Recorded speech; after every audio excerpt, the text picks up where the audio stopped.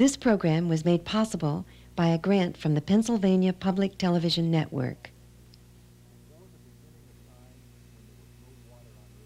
Before the beginning of time, when there was no water on Earth, this planet was completely lifeless.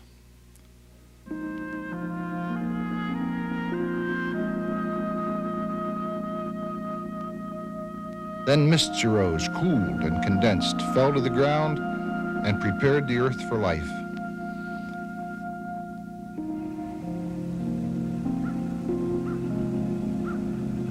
For water is absolutely essential for all life.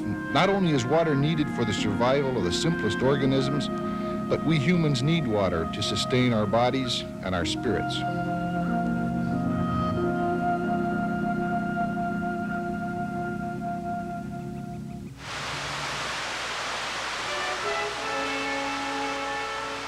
Water is essential to grow food, to generate energy. It also is the key element in our economic lives. The rise and fall of great civilizations have been measured by supplies of fresh and usable water. Today, we're facing shortages of good water. In fact, competing demands for available water are accelerating to become some of the most critical issues of this decade and for decades to come. For the next hour, we'll learn more about issues surrounding water supplies and how they'll affect our lives.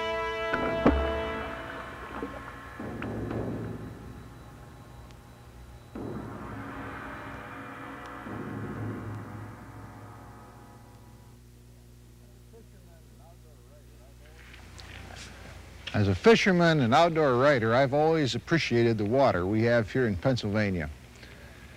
We've been blessed with plenty of water to drink, to grow our crops, to run our industries and our power plants, and to enjoy as fishermen and for other water sports.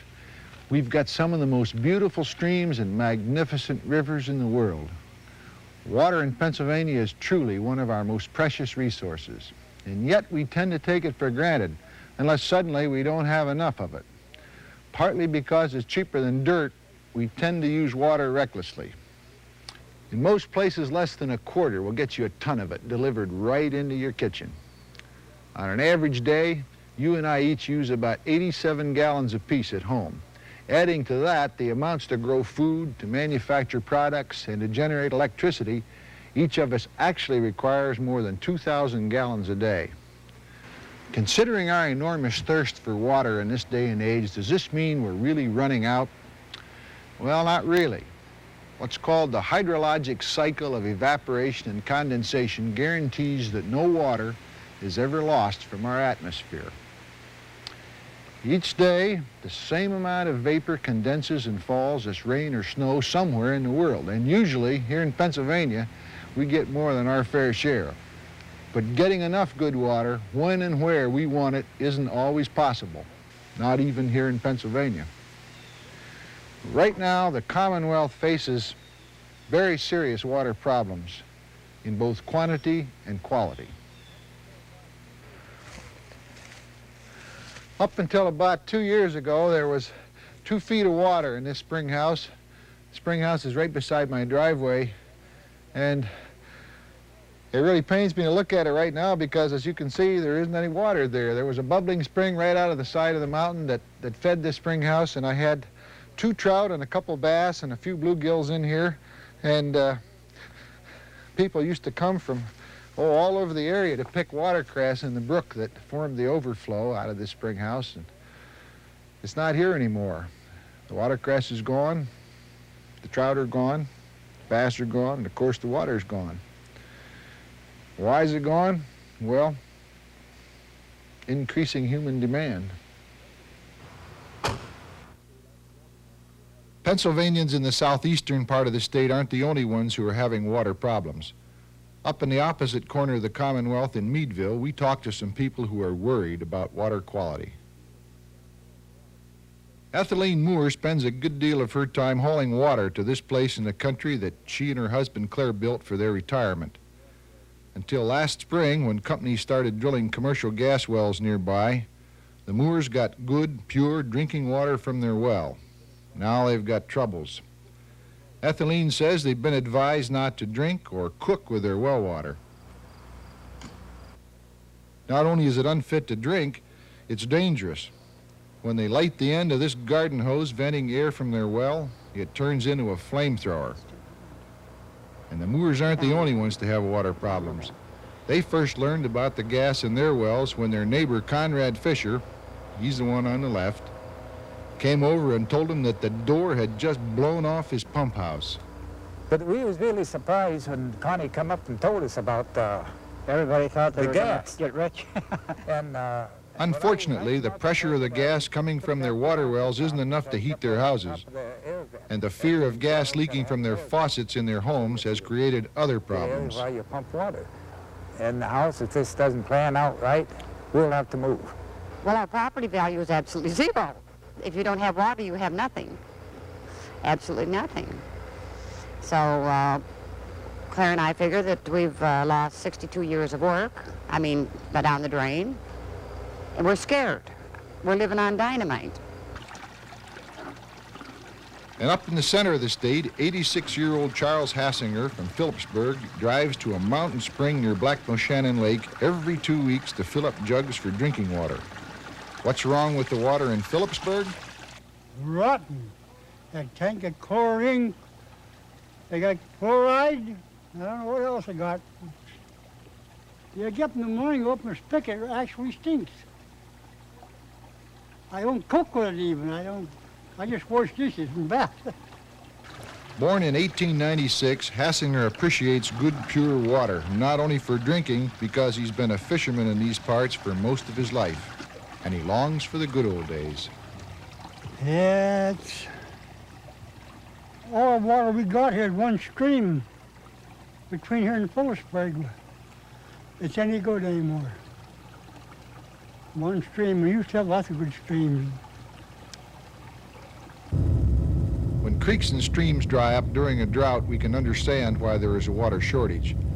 But harder to comprehend is the fact that there are people in Pennsylvania who see water everywhere as the ancient mariner did, but they don't have a drop to drink.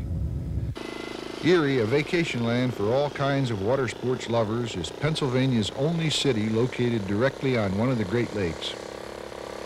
For people who come here to spend summer days doing all the things they can do beside, in, or on the water surrounding Erie and its Peninsula State Park, Presque Isle, it's hard to imagine that there are some people in Erie whose faucets go dry for several days at a time. Why? First of all, Erie's water system, like most of the municipal water systems in Pennsylvania, was built a century ago.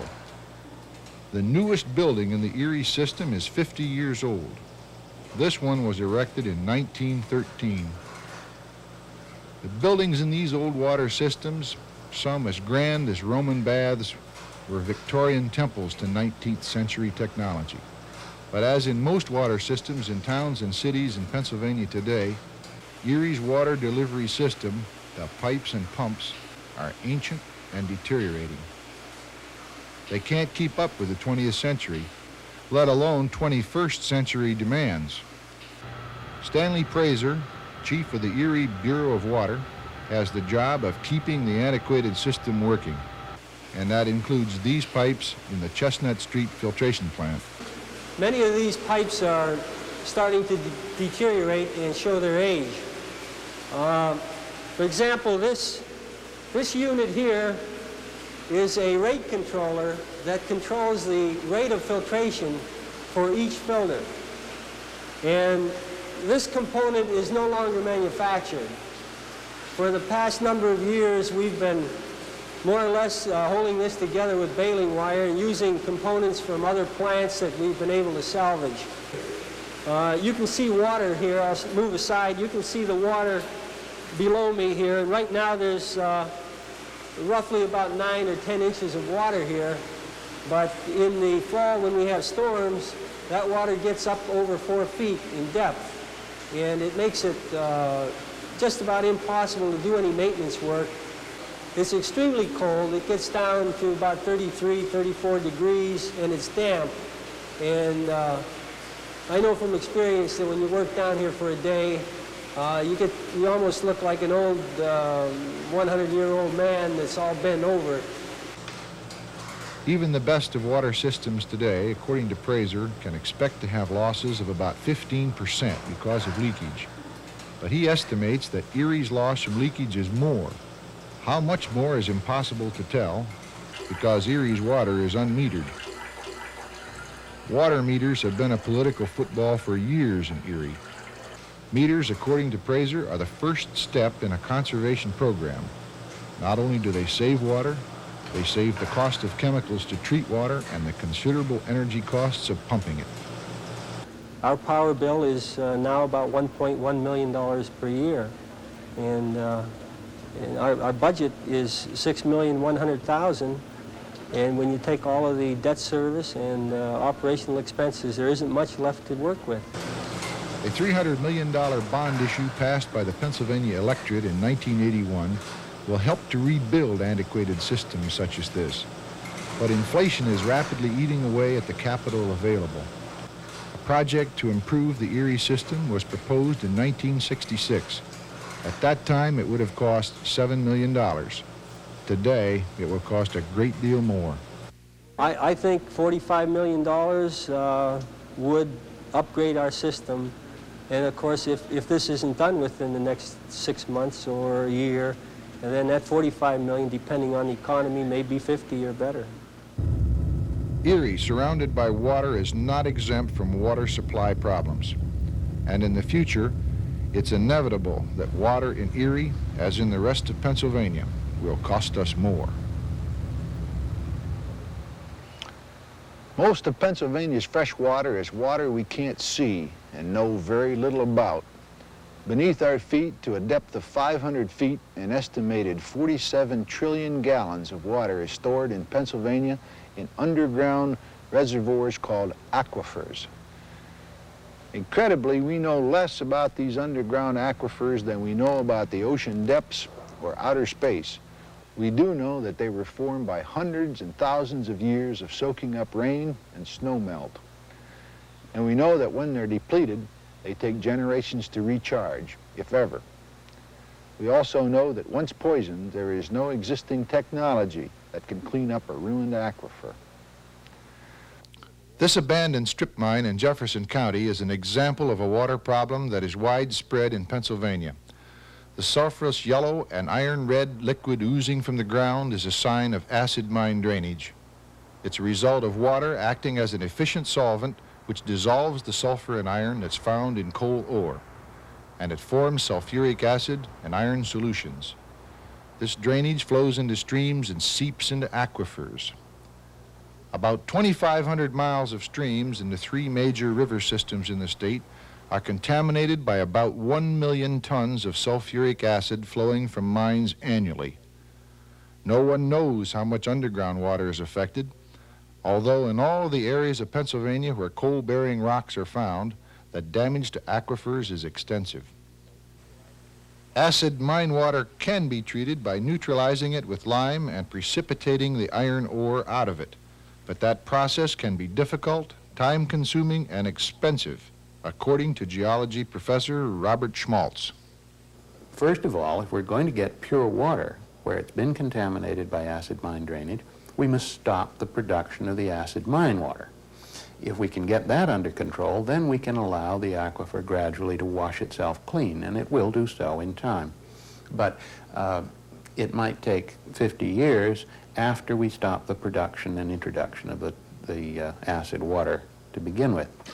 But it is very difficult to treat large quantities of water and protect a trout stream or a forest area or a natural stream from the effects of that very acid water. Each year, between 9 and 12 trillion gallons of groundwater is discharged naturally through springs and trickles into Pennsylvania's streams. And an equal amount of rain and snowmelt infiltrates back into the aquifers. These groundwater reservoirs supply the needs of 55% of the water companies in Pennsylvania and about 35% of the people. And the demand for groundwater is growing.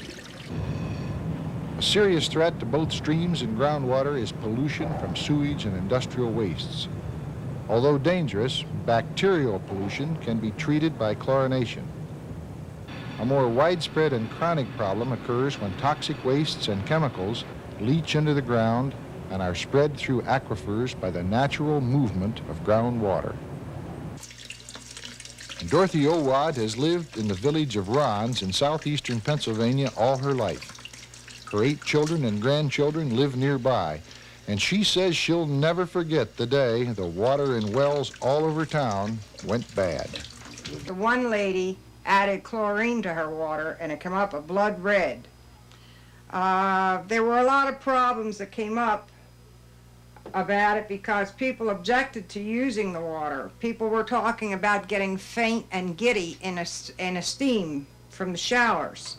You had to open the window to ventilate the room because it was an intoxicating vapor that came off of the water. When tested, 91 wells were found to be polluted with a cancer-causing agent called TCE. The cause, they were told, were degreasing agents used in local septic tanks and by a factory in town.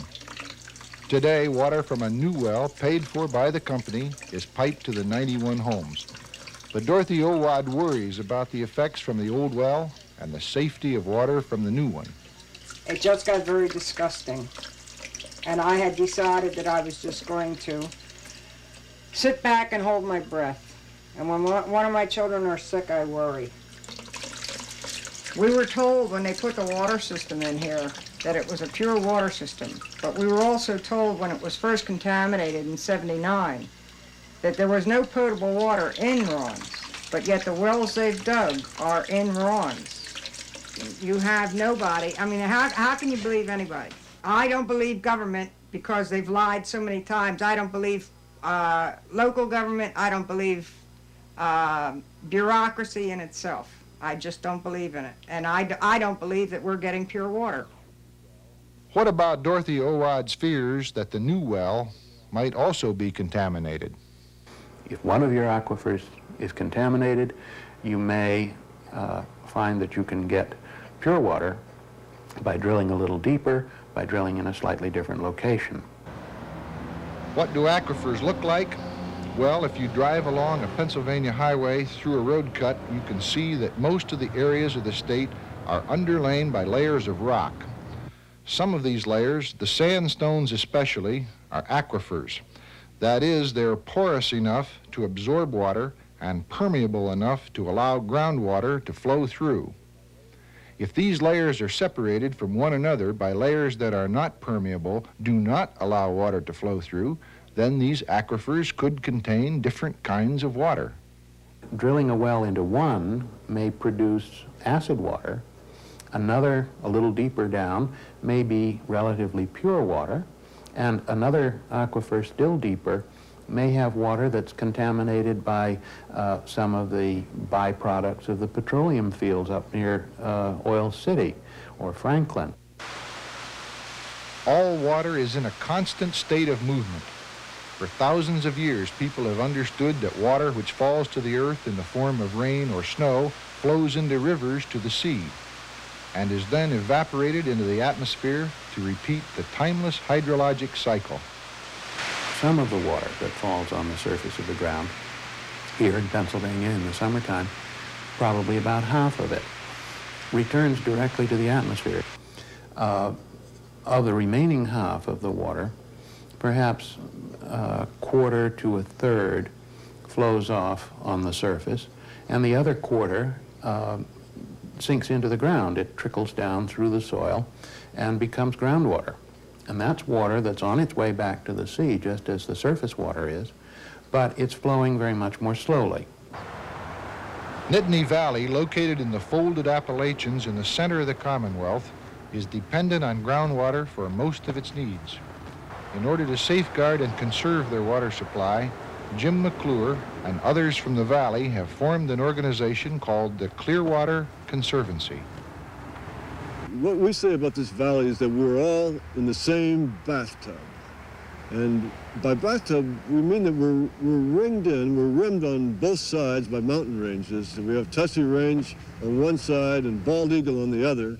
We have a divide that's up the valley from us, and all the water comes out in the lower end of the valley down near Milesburg. So the analogy that we use, we've is the bathtub. We're all sharing the bathtub, and if we can't protect the water in it, we're all going to share the filthy water that we'll have as a result of not being able to take care of it.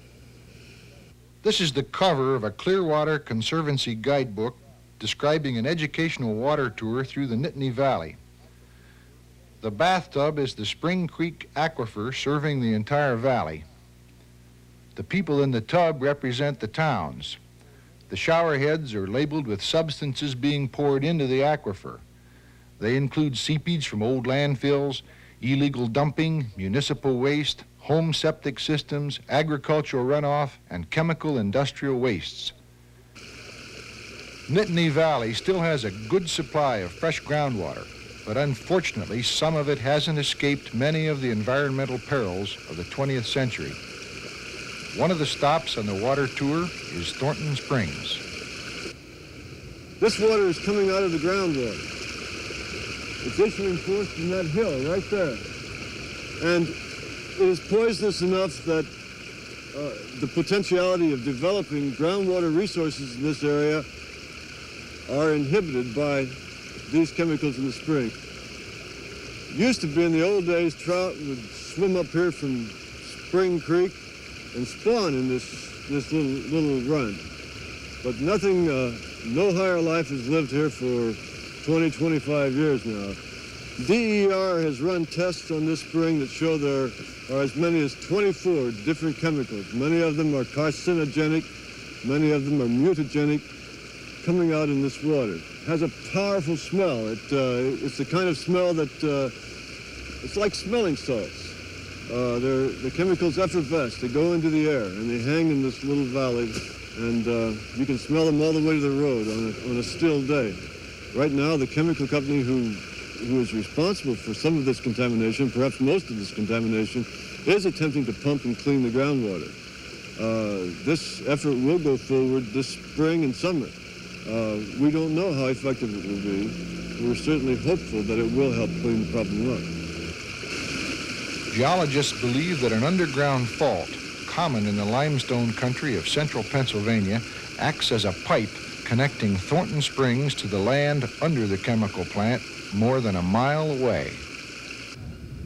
This chemical company used to make batch lots of Mirex and Keystone, insecticides found to be harmful to animals and humans. 2 decades ago, the chemical company was using what was then the latest methods of handling their wastes. First, they tried spraying them on the land and found that the chemicals were leaching into the groundwater table. Then they built lagoons. But the lagoons also failed to keep the wastes from soaking into the ground. Today, the chemical company no longer disposes of its wastes on site, but the damage done by past mistakes lingers on, and both the people of the valley and the chemical company are paying the costs of those mistakes. The water from Thornton Springs runs into this stream, Spring Creek. But you eat fish out of this stream at your own risk. The Fish Commission has recently passed regulations that allow fishing but forbid the taking of any fish out of Spring Creek. The reason for this is that these fish are contaminated with Mirex and Keystone, which are insecticides, were manufactured upstream from this location. Too many of us still believe if it's out of sight, you don't have to worry about it. You put it in the ground, and that's the end of it. And this despite the fact that we have come to realize, some of us have come to realize, that everything is connected to everything else. And this is particularly true of water. Nittany Valley is the home of the Pennsylvania State University, and the water supply for Penn State, about 4 million gallons a day, comes from an underground stream they call Big Hollow. Suburban sprawl, especially the paving over of the land, endangers Big Hollow. Instead of replenishing the Big Hollow water by percolating into the ground, rainwater runs off and is lost. We feel that we need certain kinds of rules and regulations about what you can and cannot do within that particular area of geography. We're trying really to make certain that it's possible to live in this valley and prosper in this valley in the future as well as now. And the only way we can do that, since we're absolutely dependent upon fresh water and dependent really upon the aquifer for our water supply, is by protecting it. In the communities surrounding Penn State, more is known about the groundwater than in most places. Perhaps this is because some of the state's leading experts live here. One of them, Richard Parizek, a hydrogeologist, is an authority on the management of groundwater. So water management from groundwater reservoirs can include a concept of making that reservoir more productive than it is right now in its natural state. It will take on more recharge annually. It will release much less water naturally. We will have more of that water available for our own use. When water is plentiful and rivers are high, excess water could be rerouted to flow over and recharge aquifers instead of running off as waste. Excess water can be injected into deep wells, or recharge basins can be built over major aquifers. But the most efficient management technique is not to damage the groundwater we already have. Some toxic wastes remain poisonous for hundreds and sometimes thousands of years. So if we're talking about toxic waste coming from 3 Mile Island, nuclear power plant, or if we're talking about the waste produced by industry, hospitals and research facilities, those wastes have to be somehow stored in a period of time long enough to allow for the natural decay process to remove the contamination character of that material. Other hazards to groundwater are the so-called alphabet soup contaminants. Carcinogenic chemical wastes, such as PCBs, are leaking out of these old transformers at this dump site in Old Forge, just south of Scranton. Or at this hazardous waste site in Chester, where a witch's brew of chemicals has been leaching into the groundwater for years. There are hundreds and hundreds of ponds and lagoons and waste facilities that have been put on the land over the years since Pennsylvania has really gotten going as an industrial state. And those chemicals leach slowly through time and have added their pollution burden on the reservoir.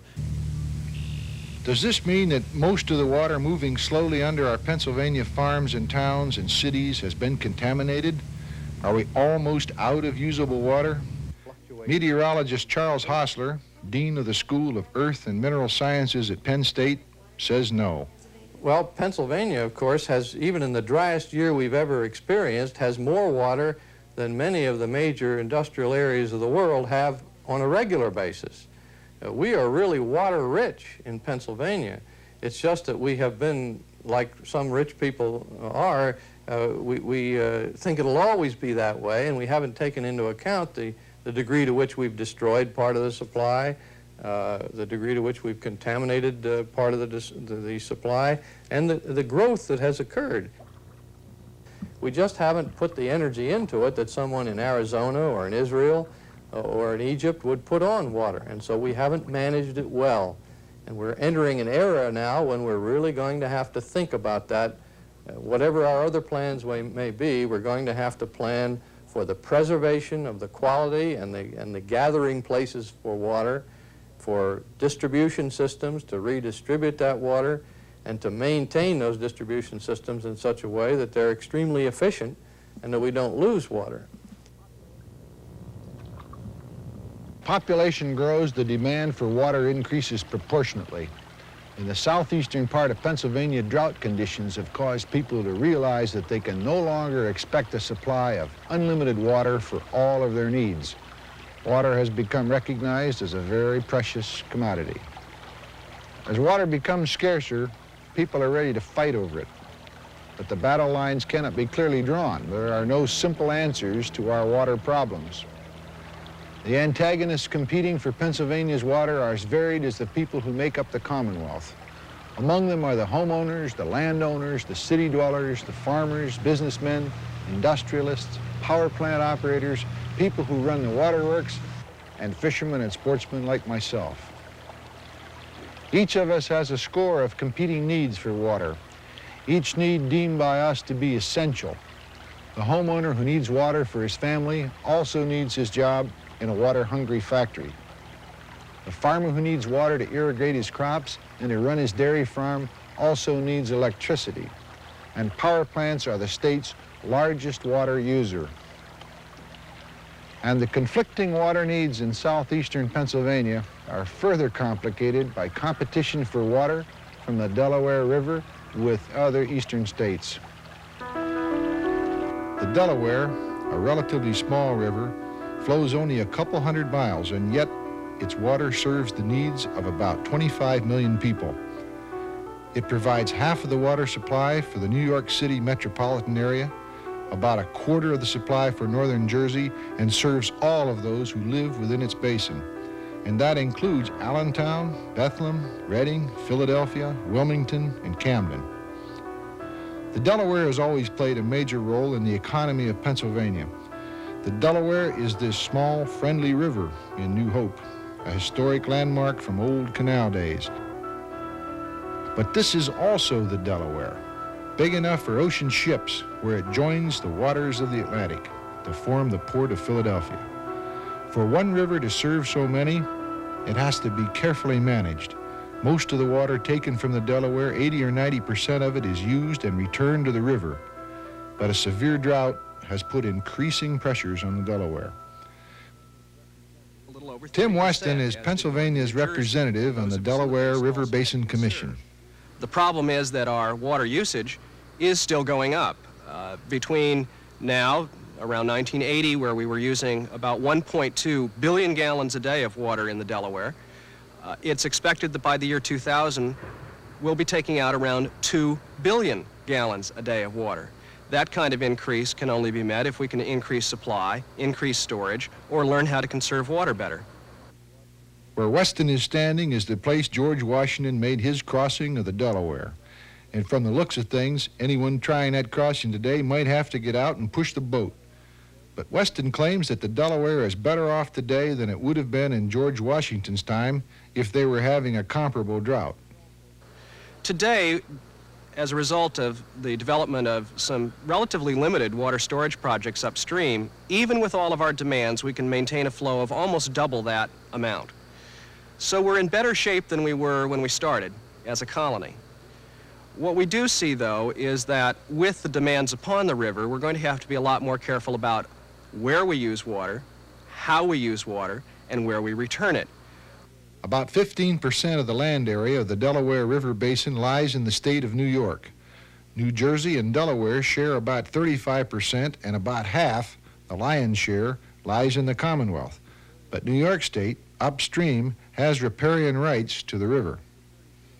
The Supreme Court in the early 1930s ruled that the city of New York had a right to take water from the Delaware to serve its municipal needs, provided that it recognized the rights, what was called an equitable apportionment, of the other downstream citizens. That's the basis of their taking the water. In turn, they had to build reservoirs to make releases during low flow periods. And last year, when we were in a drought, almost 1/3 of the flow of the Delaware River came from water that was released from reservoirs built and paid for by the citizens of New York. Overseeing the Delaware is the Delaware River Basin Commission. It and the Susquehanna River Basin Commission are the only two commissions having both planning and regulatory authority. Not only can they adopt plans, but they can also carry them out. I think the most obvious benefit we've received from being a member of the Commission is the work over the last 20 years to improve the water quality of the Delaware. In Philadelphia, as in other communities, water quality and water quantity are flip sides of the same coin. Philadelphia has a special problem. Philadelphia's intake into the Delaware for half of its water supply is located just upstream from the place where the salty seawater from the Atlantic meets the fresh water of the Delaware. When the water level of the Delaware lowers, the salt line from the Atlantic moves upstream, endangering the freshwater supply for Philadelphia. The Delaware River Basin Commission has had to make water quantity decisions in order to protect Philadelphia's water quality. Philadelphia's water commissioner, Bill Marazzo, says that cooperation with his unmetered big city neighbor upstream is essential. On a management level, the cities of New York and Philadelphia work very closely and now very well in working out a water balance that assures all of us that each of our customers will receive all the water that they need. I think we see emerging, however, in the long term, the need for a different kind of management policy with respect to water supply. And we've each become a little bit more aggressive about fostering water conservation policies, which brings home to our public the fact that water is not the unlimited resource that we were taught it to be when we were growing up in elementary school. And in fact, the more water we conserve, the more value it has to us, and ultimately, from a municipal management standpoint, the cheaper it becomes to deliver. Here in the city of Philadelphia, we treat and pump about 1 billion gallons of water every day. Our electric bill alone next year will be some $24 million. That's a direct pass-through from one utility to another that eventually hits the pockets of our water and wastewater consumers. Not only does it take plenty of electricity to treat and pump water, it also takes water to generate electricity, lots of it. Power plants are the largest consumptive users of water in Pennsylvania. That means water that is evaporated into the atmosphere and is not returned to its source. In Montgomery County, on the banks of the Schuylkill River, but located in the Delaware River Basin, the Limerick Nuclear Generating Station is being built by the Philadelphia Electric Company. The 2 units, when completed and online, will generate 2,000 megawatts of electricity and will use approximately 35 million gallons of water a day for cooling, according to company estimates. That water will be evaporated into the atmosphere. Limerick number 1 is scheduled to go online in 1985. Blaine Dickinson has the primary responsibility for the design of the water supply systems at Philadelphia Electric. Well, all major generating stations in this country, with the exception of hydroelectric plants, have one thing in common, and that is that they use steam turbines to drive the generators. It makes no difference whether the source of heat is nuclear or fossil fuel, such as coal, gas, or oil. They have steam turbines. When the steam has done its work in the turbine and it exhausts from the turbine or is discharged from the turbine, it still contains a large quantity of heat that must be removed. Now, we do that with a cooling water system. Here at Limerick, for the first time, we have gone to a closed or a recirculating type cooling water system. But the Schuylkill River, on whose banks the Limerick plant is being built, will be unable to fill the water needs for Limerick. Already, each drop of the Schuylkill is being used 5 or 6 times over. Dickinson estimates that the Schuylkill River can provide the water needed for only 50% of the time. Exploring the possibility of using groundwater was unsuccessful. As a matter of fact, this whole Montgomery County area has been ruled by the state and by the Delaware River Basin Commission to be a groundwater protected area, which means that you can't indiscriminately drill wells. There's an insufficient quantity of water. So the only good alternative left to supply this makeup cooling water was to go over to the Delaware River and withdraw water from the Delaware and bring it over here to Limerick during this low flow period of the year. So that's what we're proposing to do. Take water from the Delaware River roughly 50% of the time. Although winter snows and spring rains appear to be easing the prolonged drought in the Delaware River Basin, there are continued shortages, especially in groundwater. This is Springton Reservoir, one of the major surface impoundments for the Suburban Water Company, which serves the southeastern counties of Chester, Delaware, and Montgomery. Normally, the water level is up to the tree line. In October, it was down 16 feet. This level represents only 59% of capacity. Lack of rainfall has not only lowered the reservoir, but also the groundwater levels. Groundwater contamination has put a strain on the water companies in the Delaware Basin, according to Bob Luxa, Vice President and Chief Engineer of the Philadelphia Suburban Water Company. Primarily, there's an increasing incidence in what I call the alphabet soup contaminants, such as trichloroethylene, the TCE, PCB, and some of the others that my treatment counterparts are more familiar with. Very difficult to treat at the present time. Just how severe is this alphabet soup contamination? Well, it's severe enough that in certain areas of Montgomery County, we've had some public water supplies actually abandon 50% of their supply. Most of the business that well drillers are getting these days in the drought-ridden southeastern part of the state comes from people who are digging new wells because their old ones have gone dry. This one is being drilled on the land surrounding a Chester County house built before the Revolutionary War. This is Gene Lazowicki, well driller. Is this well a success, Gene? Yeah, I'd say they're very lucky. 30-gallon minute, if we could get that on every well, we wouldn't have very many disappointed customers. But about 1.5 miles from here, there's an area where the wells are over 600 foot and they're absolutely dry. There's no water. Suburban communities in the water-short Delaware River Basin are among the fastest growing areas in the state. 20 years ago, this area in Chester County was primarily farmland. Now, housing developments and shopping centers dominate the landscape. Even well-planned developments such as this put added pressures on existing water. A developer in this area for 23 years, Bernard Hankins, says his major challenges used to be waste disposal problems. Now, and in the future, it's water. The water problem today is similar to the energy problems of 1971, 72, and 73. All of a sudden, we found out that energy was expensive, and we couldn't get it, and we had to stand in line to fill our car with gasoline. The same thing's going to happen to water. You're going to have to stand in line to get a water supply if you want to build a new development.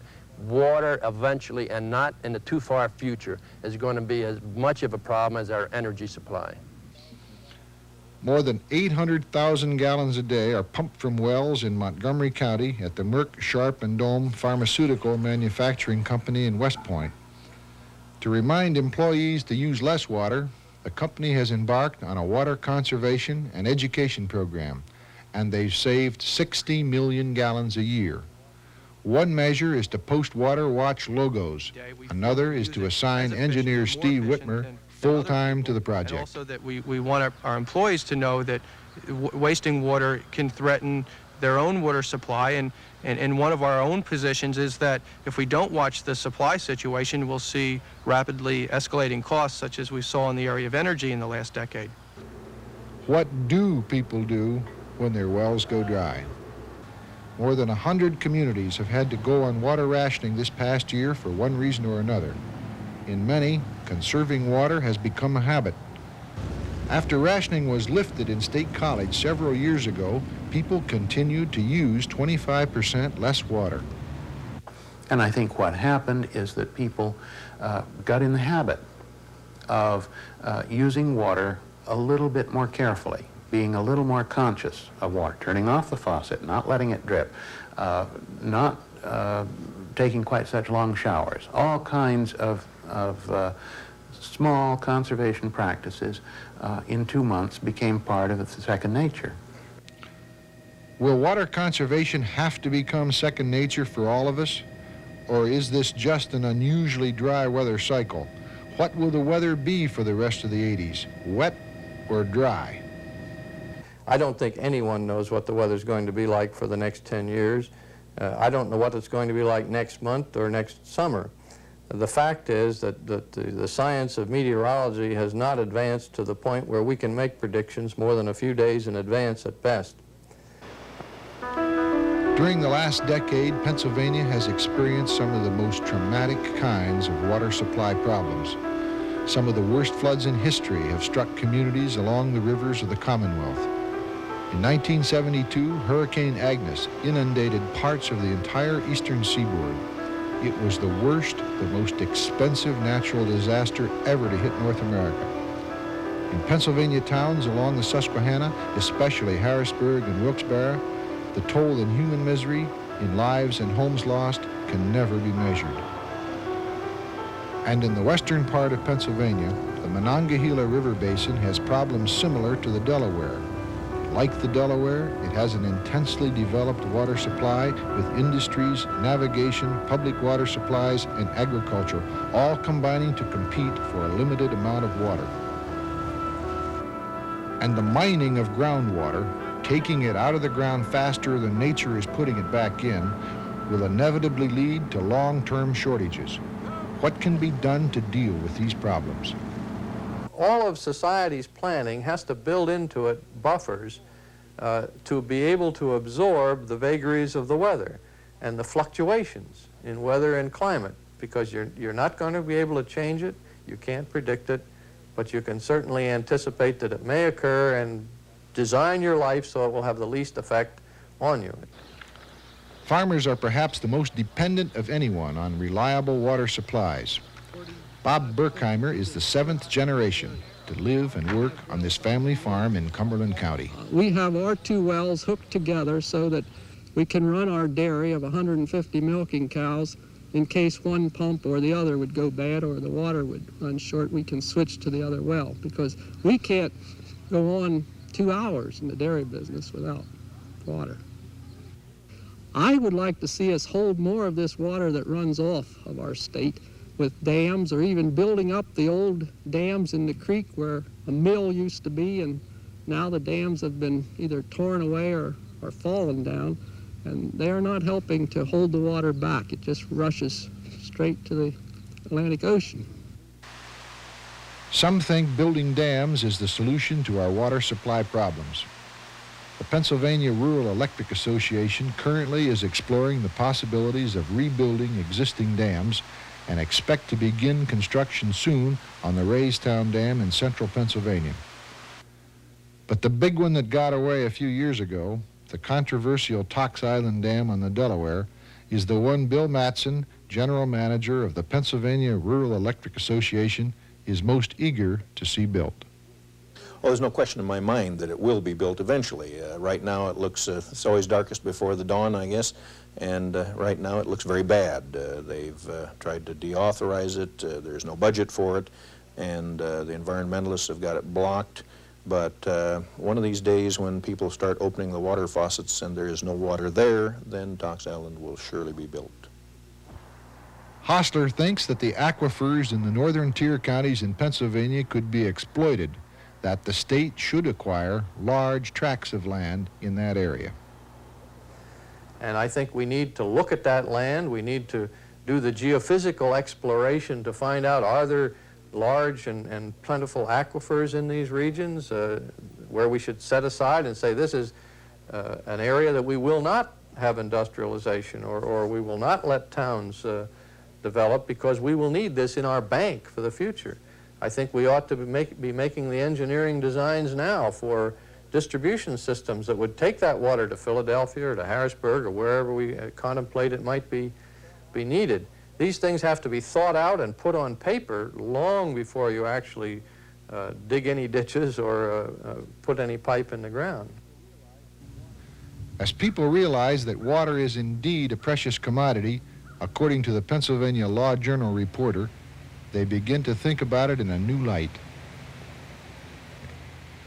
In Pennsylvania today, there's a tide building for a new wave of government regulations over Pennsylvania's water. The effects of the regulation will be felt in every part of our state. It is, according to water experts, in light of existing law, revolutionary, and the battle is raging over its implications.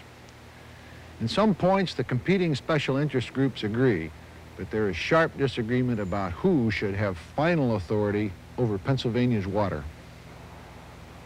The debate in Harrisburg is focused on the administration's proposed Water Resources Management Code. Its critics protest that it will supersede existing water law. But existing law, according to Franklin Curry, former state senator, is a hodgepodge.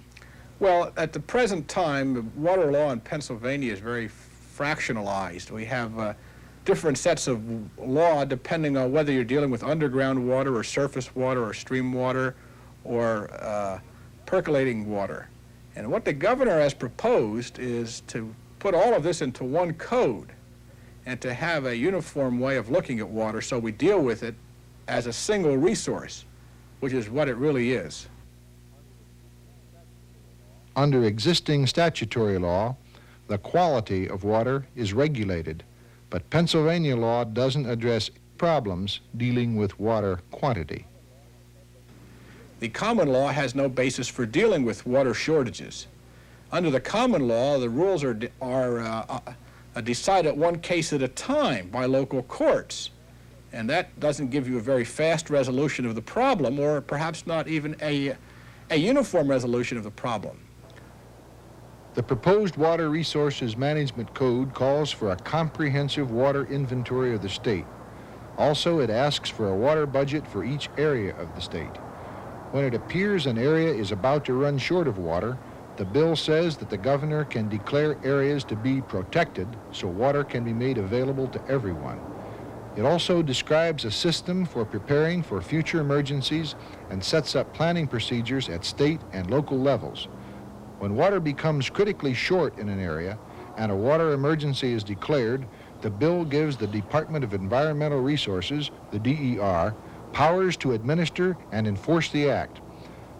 First, we want to make sure that if the new major user is going into one of these areas with limited water supplies, that they leave enough for all the rest that are already there.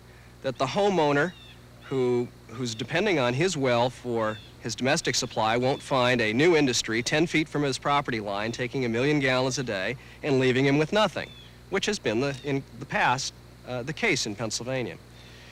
Second, we want to make sure that everyone in the region that's sharing in that resource doesn't overdraw it, that we won't lead to critical problems that repeat themselves to the point that we finally run out of water. Opponents of the bill generally agree that there should be an inventory, a budget, and a plan for emergencies, but they object to the powers that would be given the DER. They say their property rights would be threatened. Among those opposing the bill in the state are the farming interests. Well, the policy of my organization, Pennsylvania Farmers Association, refers to water rights as being a sort of property right. And of course, additionally, we say, and I'm sure you recognize, that under the Constitution, property rights cannot be taken. The bill does not separate anybody's water from their legal title to their land. I'm a real estate lawyer, among other things, and I'm quite concerned about that. I wouldn't support anything that would do that. But water is a natural resource that everybody needs. That's a resource that if in fact you believe, as I do, that it does belong to that property owner, then nobody has any more right to take away his property than they do to take away the oil or the minerals or the coal that belongs to property owners who own those kinds of resources. This is a natural resource, as the trees on that farm are a natural resource, and if the farmer chooses to market those trees, he has that right. If in fact this water is a valuable resource, it may very well be that the farmer ought to be able to have some recompense for this resource of his. I simply don't understand the farm groups opposing the bill. Under present law, if an industry were to buy a piece of land in the middle of farm country and were to drill a well and take that water out for it to use in a plant, they could drain all the water supply for the surrounding farms, and those local farmers would have no recourse in court. For some critics, the new water bill looks like a lot more red tape.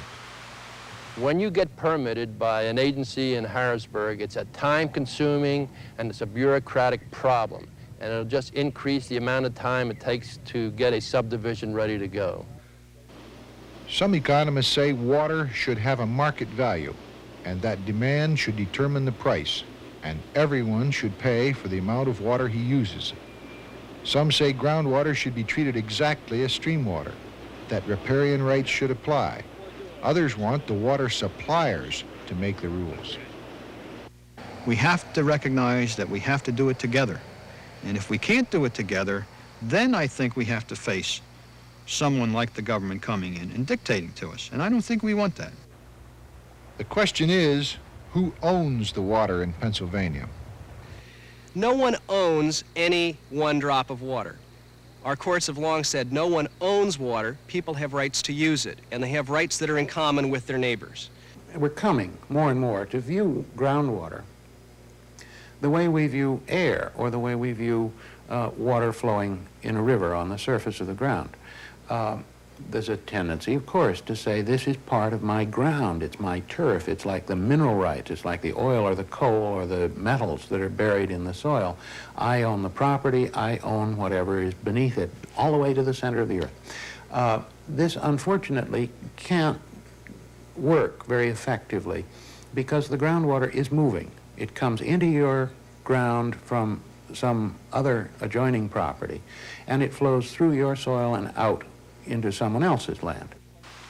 Perhaps the real question is, if Pennsylvanians want to protect and conserve their water, what choices are there? And how can we provide enough water for ourselves, our children, and our grandchildren?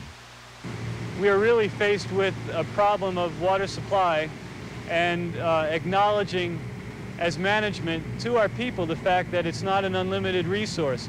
Benjamin Franklin really saw that as his principal goal in setting up our water utility more than 200 years ago. Astoundingly, Benjamin Franklin accurately predicted our current water supply problems in Pennsylvania.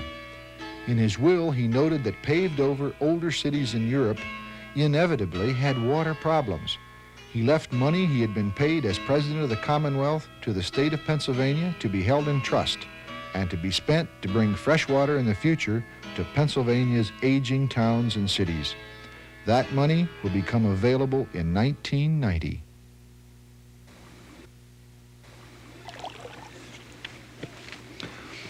Water. It's wondrous stuff. It's absolutely essential for any living thing. It's a brew that's delicious at its best, and at its best it's colorless, tasteless, odorless, and free of calories. Civilizations have risen and fallen because of water supplies. When we leave it alone, most water that's been polluted can clean itself. And with nature's help, it can form living brooks and streams and rivers that no man can ever hope to duplicate. This stream was polluted until a couple of years ago. Now, because the factory upstream closed and stopped dumping effluents into it, it's coming back to life all by itself. Fish are now swimming in the deeper holes down there, and the rocks hold mayfly, caddis, stonefly nymphs. It's cleansed itself. Perhaps if we're more careful, we can begin to reverse some of the pollution problems we've had, and perhaps we can stop some of the practices that we've only recently realized are ruining our aquifers. How can we make sure that we'll have enough water both in our lifetimes and in the future? Well, I guess the first thing to do is to care about the water, to appreciate it enough, to want to safeguard it for future generations. Because, to borrow a phrase from Will Rogers, what he said about land is true about water. They're sure not making it anymore. Without water, we've got nothing.